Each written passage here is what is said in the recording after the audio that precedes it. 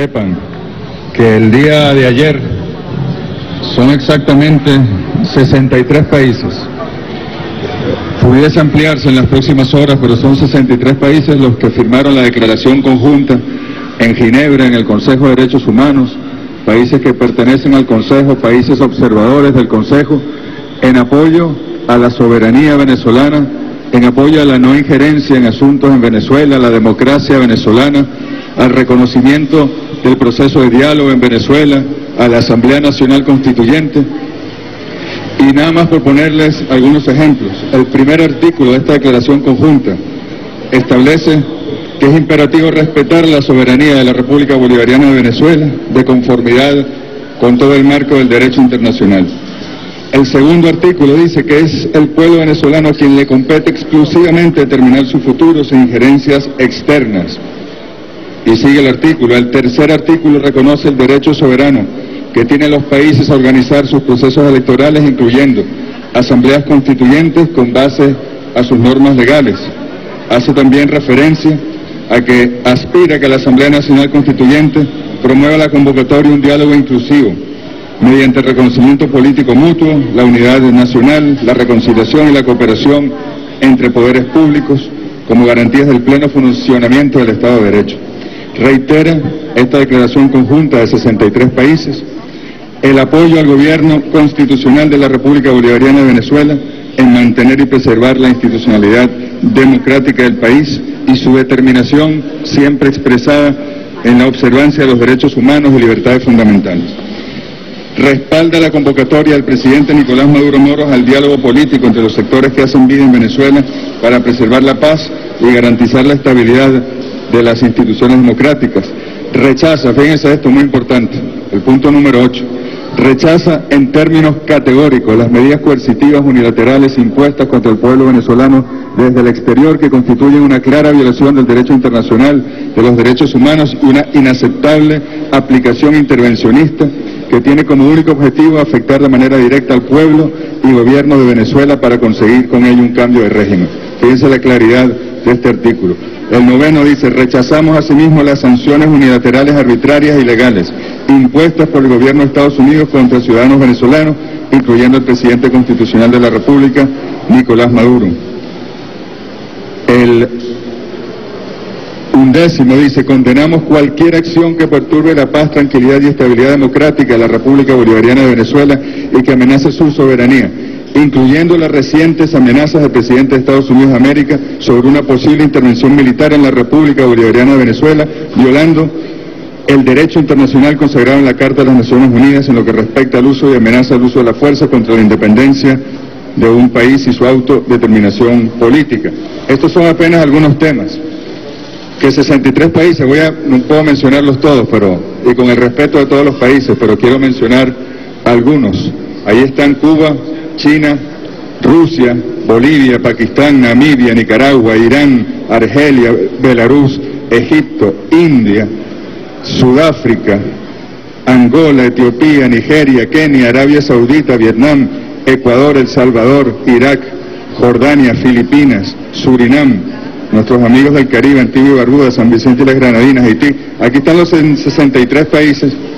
Si nosotros hiciéramos una relación de cuántos millones de habitantes están representados en estos 63 países, pudiésemos decir que el 65% de los habitantes de nuestros más de 7.000 millones están representados en estos 63 países. Y recordemos además que hace poco más de una semana, en Nueva York, el movimiento de países no alineados, 120 Estados miembros, más de 2/3 del total de la Asamblea General de Naciones Unidas y el total de miembros de Naciones Unidas, que son 193,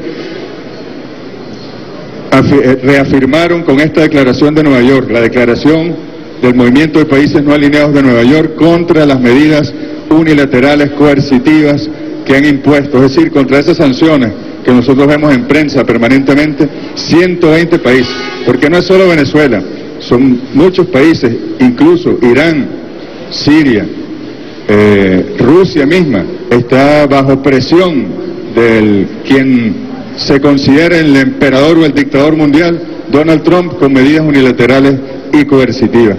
De manera que queríamos compartir con ustedes esta declaración conjunta.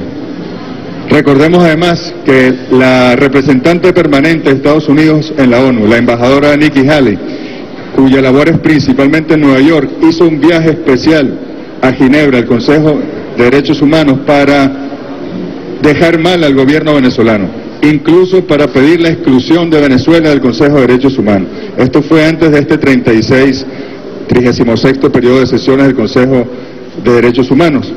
Incluso con esa propuesta comenzó el lobby del Departamento de Estado a moverse para que hubiese una resolución del Consejo de Derechos Humanos contra Venezuela.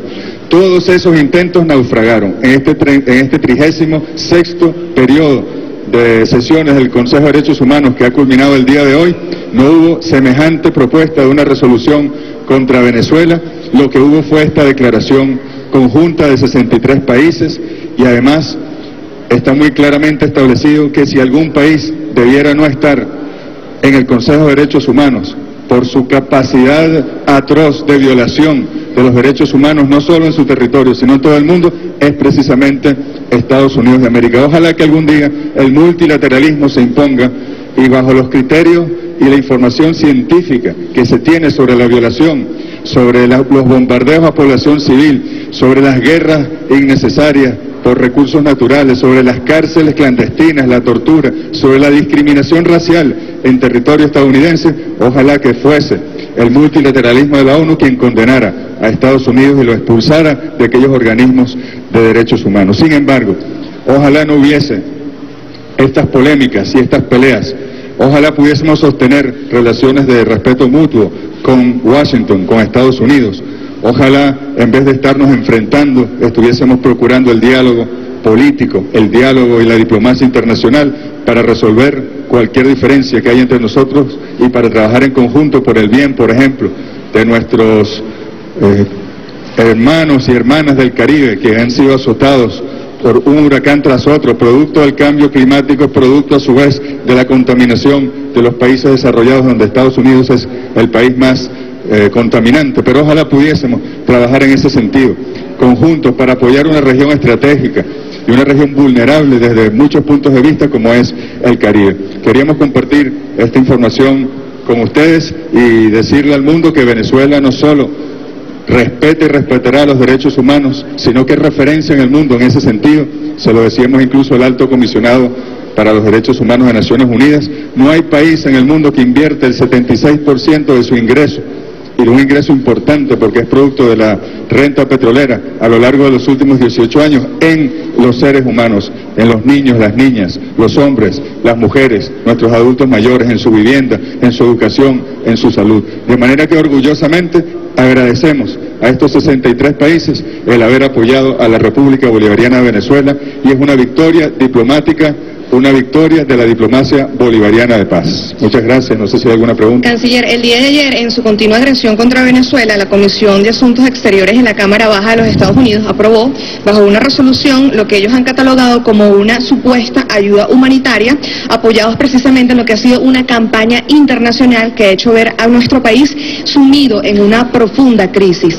Ellos han asegurado que si el gobierno de Venezuela se niega a recibir estos recursos, estarían generando otro tipo de presiones. Quisiéramos conocer, por supuesto, la postura del gobierno bolivariano ante estas nuevas acciones injerencistas. Miren, eso es un acto de hipocresía de los sectores más extremistas, incluso vinculados con las mafias que huyeron de Cuba cuando la revolución cubana se impuso, que viven en la Florida, representantes, es decir, miembros de la Cámara de Representantes, congresistas de ese nivel.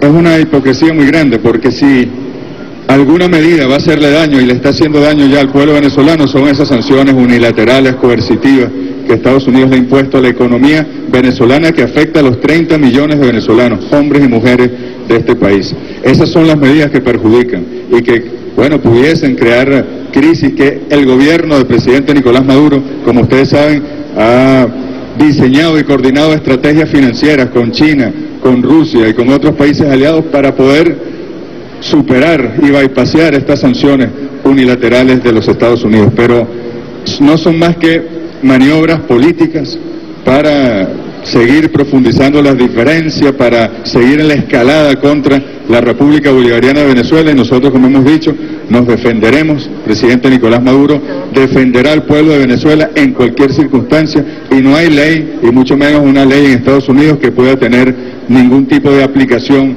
en nuestro ordenamiento jurídico y que tenga algún tipo de validez para nosotros.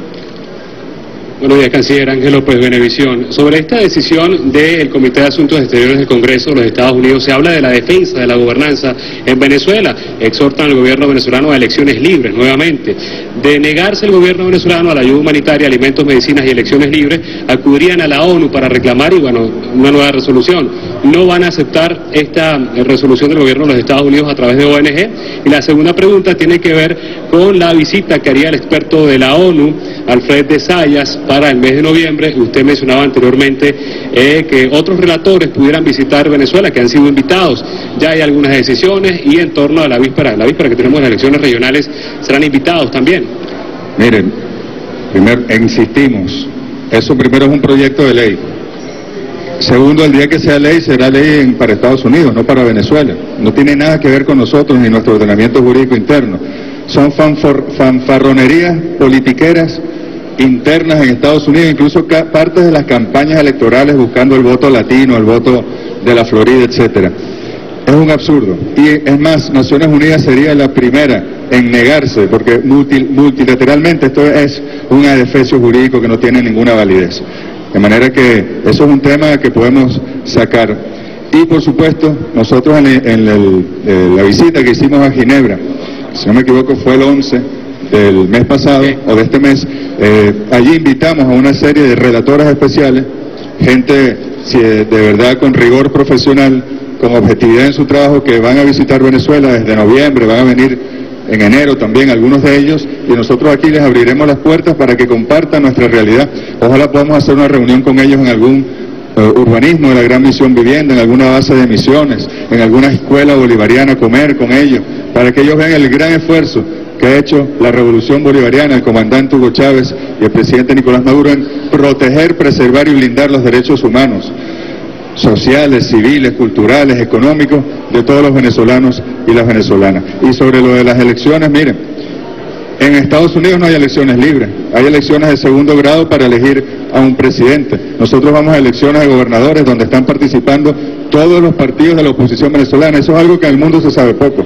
Todos los partidos de la oposición venezolana están participando, incluso con más candidatos que la revolución, porque nosotros tenemos candidatos unitarios en cada estado. Y tenemos elecciones de alcaldes el año que viene, tenemos elecciones presidenciales. Si en algún país hay elecciones libres, y además con el sistema electoral más perfecto del mundo, es en Venezuela. De manera que esos son, de verdad, opiniones tristes de esos voceros de Estados Unidos que no tienen ningún tipo de validez para nosotros. Buenos días, ¿cómo está, canciller?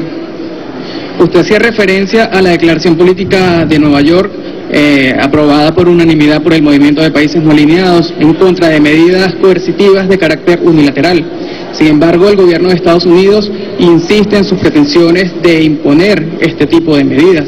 Vimos la orden ejecutiva firmada por el presidente Trump en materia migratoria contra venezolanos. Sí. Me gustaría conocer su opinión al respecto. Gracias. Bueno, es la desobediencia absoluta del unilateralismo estadounidense al multilateralismo de Naciones Unidas. Son ellos los que están tratando de imponer una dictadura. Ellos hablan, dijo el presidente Trump en su discurso, que en Venezuela había una dictadura socialista. Imagínense ustedes, lo que están tratando de imponer en el mundo es la dictadura capitalista de los Estados Unidos en el resto del mundo. Fueron 120 países, el grupo de los 77 más China, que son más de 120 países, apoya también este rechazo a las medidas unilaterales coercitivas de los Estados Unidos y de cualquier estado del mundo. Y nosotros, con esta declaración de Nueva York, el Movimiento de Países No Alineados, seguiremos desde la presidencia del movimiento. El presidente Nicolás Maduro seguirá avanzando para neutralizar, y ojalá algún día logremos que Estados Unidos y los demás países que han impuesto sanciones compensen a los pueblos de los países donde han impuesto sanciones. Imagínense ustedes, por ejemplo, en el caso de Cuba, las miles de millones de dólares que tendría que compensar a Estados Unidos por el bloqueo criminal de más de 55 años. Ojalá así sea. Vamos a tratar con diplomacia y con el multilateralismo de hacer y de doblegar a los Estados Unidos para que respete el sistema de Naciones Unidas y el sistema diplomático que el mundo mismo se ha dado en democracia y paz. Muchas gracias.